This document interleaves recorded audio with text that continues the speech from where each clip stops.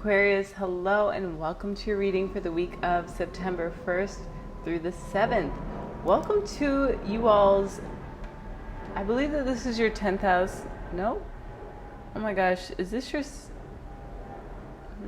8th house? 8th house transit for Aquarius. So you guys are going into the depths of your needs for a daily routine.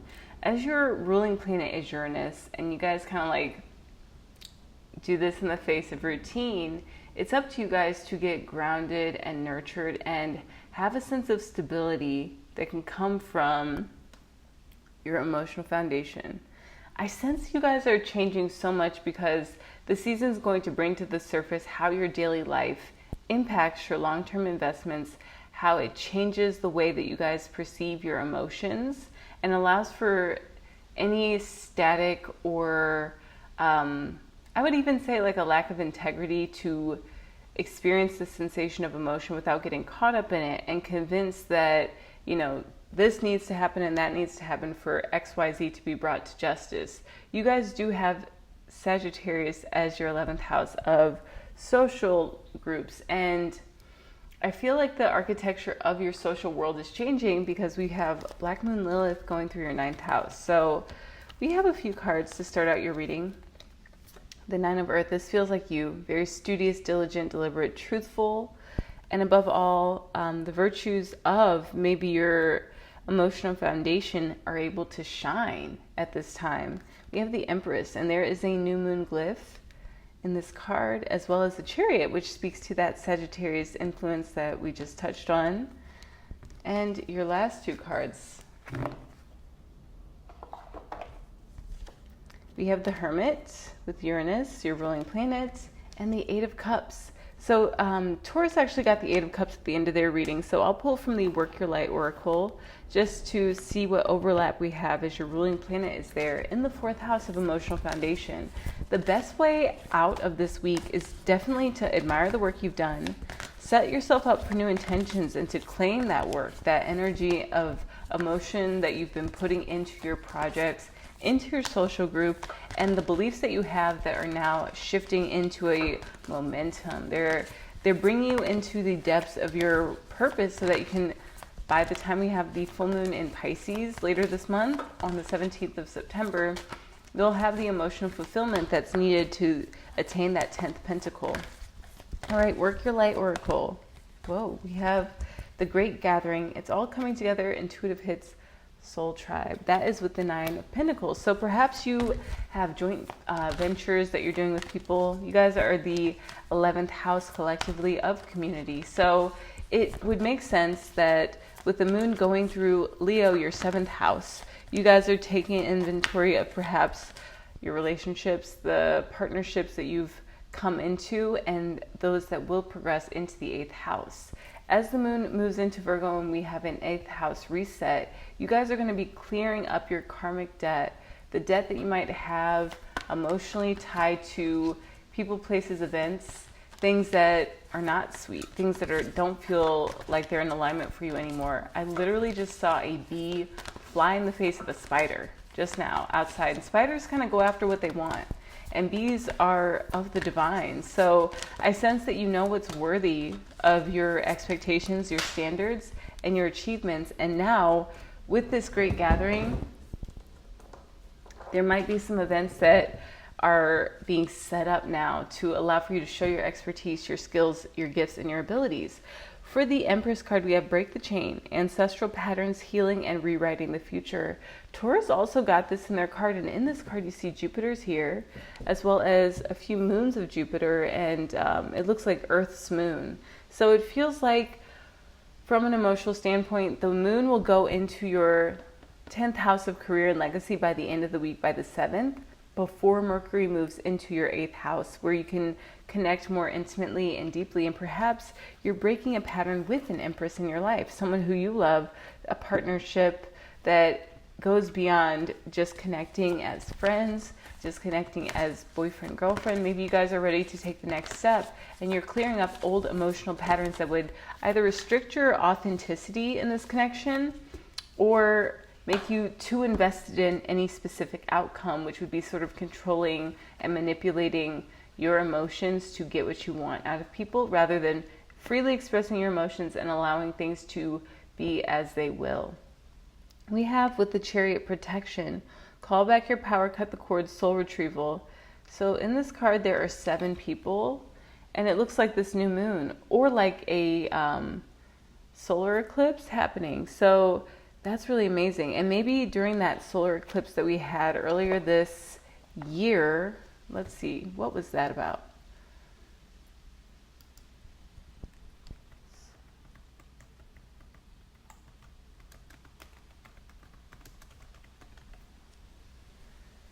All right, the solar eclipse was on April 8th, so that was during Taurus season. Amazing. Let's go to that date specifically for you all.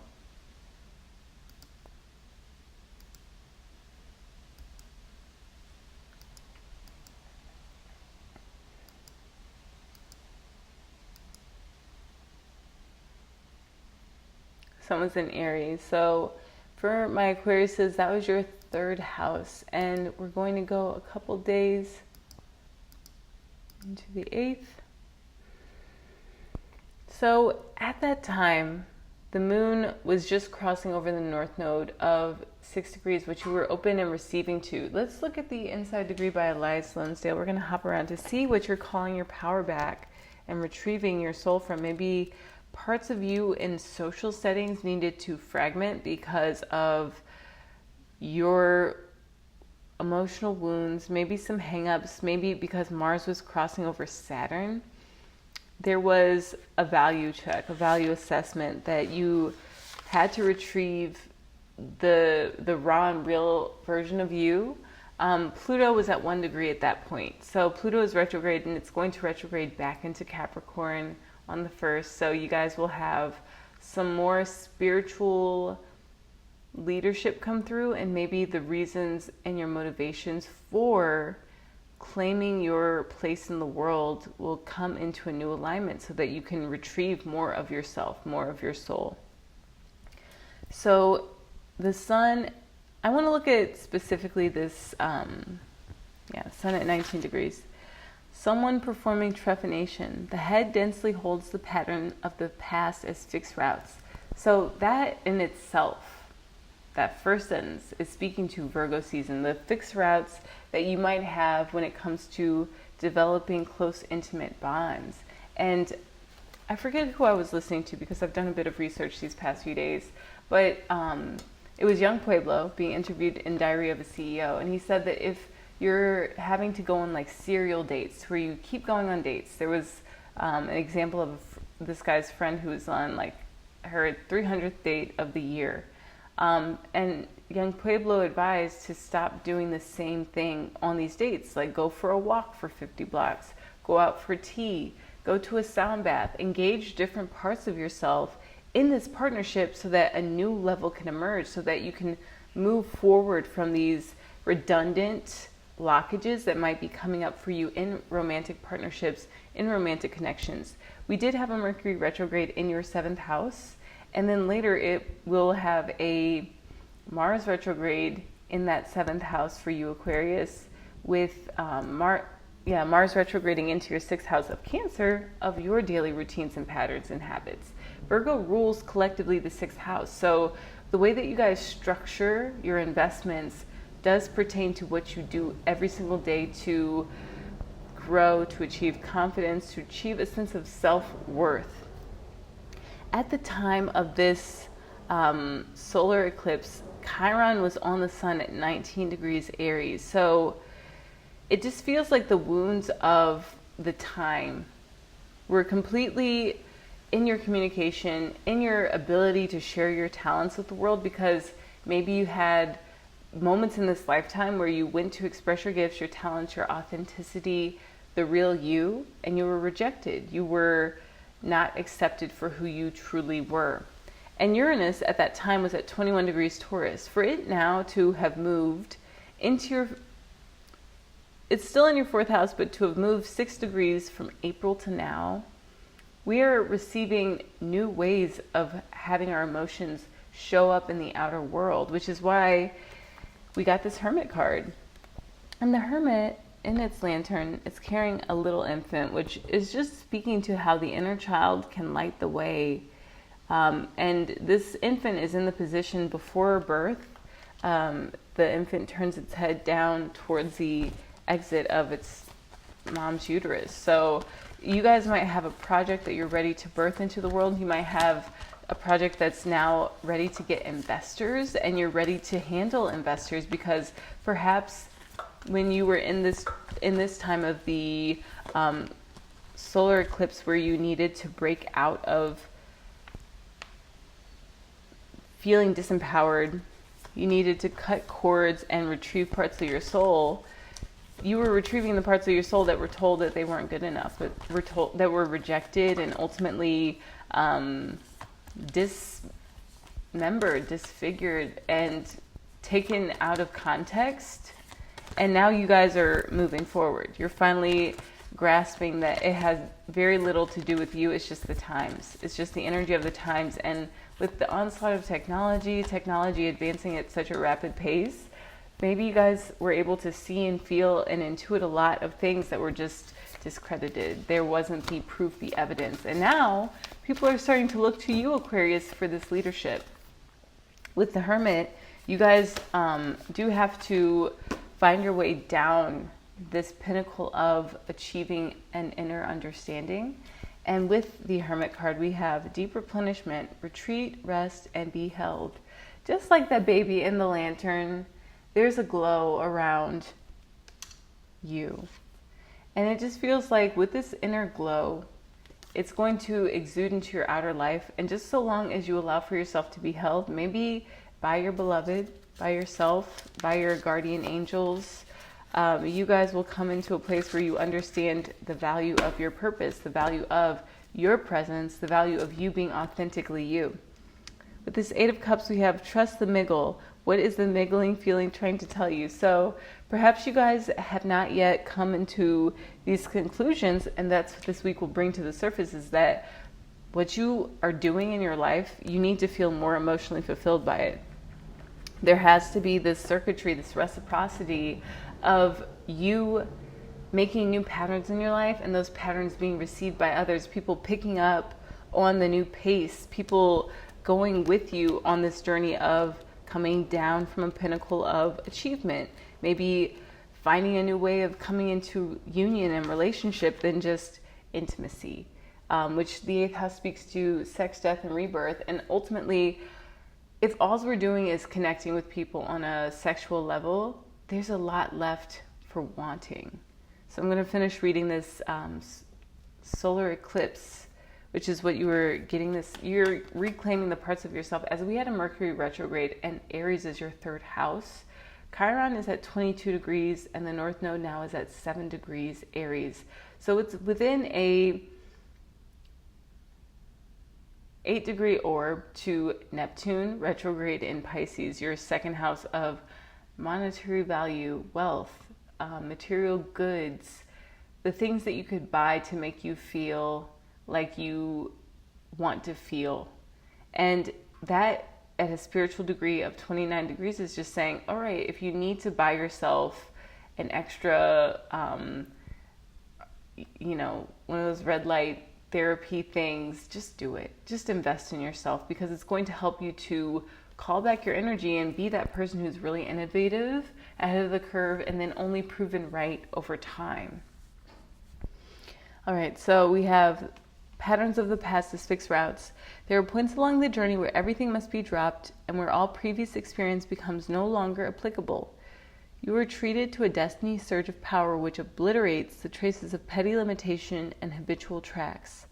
A radical departure into the infinite unknown becomes the only way to go.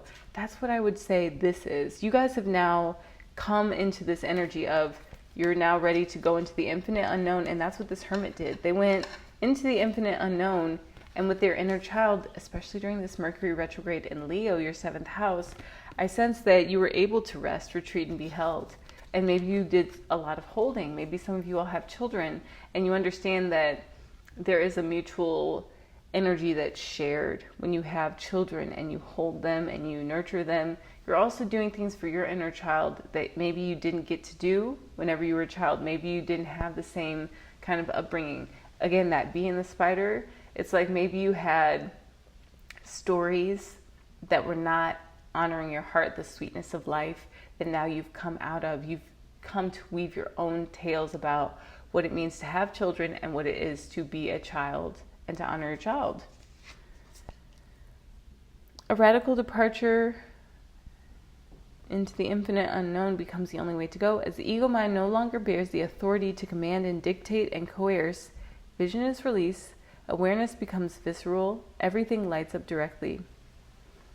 And as an old carcass is removed, the universal life force streams in, giving a much brighter angle and leaning to move with. Identity smashed to make room for a totality in a fresh and uninhibited expression and embodiment of its call, and in its need for those who can drop everything and tune right into what wants to emerge here of itself.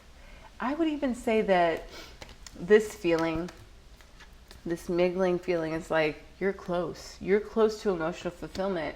By the full moon in Pisces, I'm sure that you guys will have gotten into a new rhythm with your investments, with your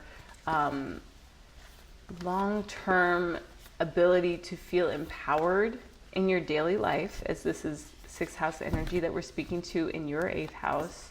And Aquarius, you guys are having an emotional revolution with Uranus in your 4th house at this 9 degree. You're having to tune into your feelings and your intuition and take action, because that deliberate plugging in will turn on the light. It'll turn on the light that glows around. So we got a couple cards from the Wild Unknown Archetypes Guidebook. We have the Father, Gnosis, which has a full moon on it, the Medallion, and the Kiss with a crescent moon. So I'll read these really quickly. I mean, the energy just outright, for me, just looking at this, it's like you're coming into some father healing. The 4th house can represent the same gender parent as well as a maternal energy, or the opposite gender parent. And for you, Aquarius, it might be that your father figure was a lot more nurturing, and you are now coming out of some of those ancestral patterns that didn't feel so nurturing, even if that was your nurturing parent. Gnosis with the full moon. That full moon will be at 25 degrees Pisces in your 2nd house. So it'll be an orb to Neptune, and you'll be intuiting and channeling some very cool products. I have the feeling that you guys are going to be buying really interesting things, or having investors come to you to invest in cool products that you're developing, because it's just... I found this on the web for investors to invest in. Maybe you have your AI spying on you and giving unsolicited advice. I don't know what that deal was, but it could be pertinent, Aquarius. So I'm going to look at Gnosis. True knowledge is not found in facts and figures in scholarly books on library shelves. Rather, Gnosis points to deep and timeless archetypal wisdom that rises from the felt experience, this coming down the mountain of this pinnacle of your maybe inner knowing, of having touched the unknown with every one of the senses. Those who are drawn to Gnosis find themselves in esoteric studies, likely involving mysticism, alchemy, healing, or perhaps science. Knowing is their calling, not knowing is their job description. No matter how far the alchemist takes their studies, they come to the ultimate conclusion that facts slip towards mystery, and soon the mystery results in facts. This card signifies a knowing that is life-changing. Once you experience it, you are forever changed and become a guardian of Gnosis. The eternal mystery is calling you. Study your passion in the deepest way available to you. So that would be bridging that 11th house energy of maybe being the odd voice in the room, and what in the world? Sorry, Aquarius, I don't mean to be rude during a reading, but my phone is being rude to me. And perhaps that's exactly what you need to do, is turn off and silence your devices for a while so that you can get into this inner state of knowing. Even if you have a beautiful harmony with your technology, there's a feeling that your romantic life can benefit from you stepping away from these ancestral patterns. You might be supplementing technology with what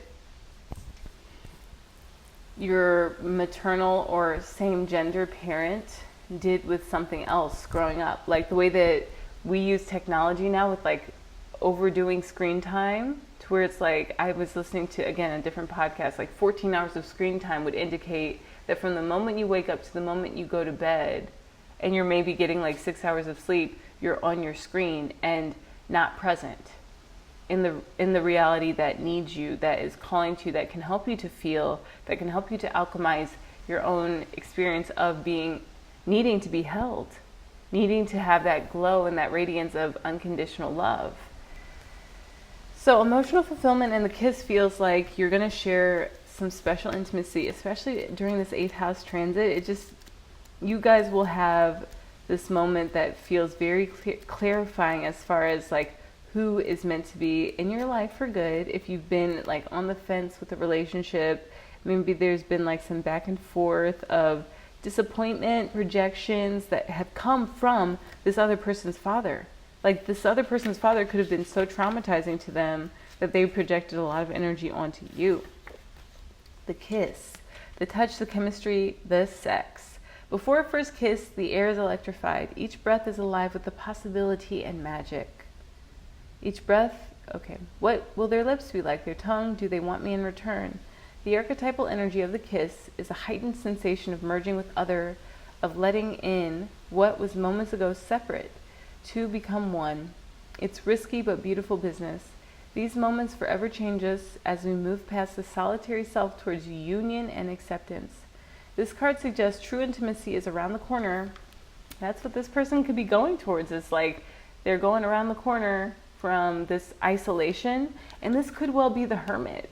The hermit came down from the mountain, and now they have found their way into, having this almost like this disturbance of solitude, and it's time to merge with someone. I have a feeling that you guys are going to, in the course of this week, turn a corner and come into a deeper sense of trust with the partner that you want to be intimate with. And then for those people who are struggling with a niggling sensation in their system, it's because you're still trying to apply inherited values that need to be let go of. That's parts of your soul that you fragmented to fit into someone's narrative. Maybe you're, like me, a human design projector, and you've been brainwashed. I have an open channel in my head, and it allows for me to be susceptible to other people's perceptions of my reality if I'm not aware, and doing the work to maintain my inner radiance enough to where I fill up my own space. I'm good. I don't need your projections. You could use that for yourself. That could be some way to work with this energy, Aquarius. This card suggests true intimacy is around the corner, which requires bravery and surrender. When the kiss takes a non-human form, it may be experienced as touching the sacred, hearing a whisper, or being graced by a divine being. You will recognize the presence of the kiss by cold chills and an awakening of the heart. Aquarius, join me starting September 2nd for a 10-day miracle manifestation course. I'll just be going live on YouTube, completely free. But for those of you just tuning in for the Aquarius reading, subscribe and hit the bell so that you're notified. You'll catch it when you catch it. It's a timeless process. I just did it myself, and I can tell you, projects that I would have just sort of let happen if they happened are now actually physically materializing. And for you all, this may well look like investments that you end up receiving as a result of manifesting with the new moon, a 10-day intention cycle. You're open to co-create with the universe. And then come Pisces season next year, you're solidifying these investments with daily strides towards maximizing your second house values of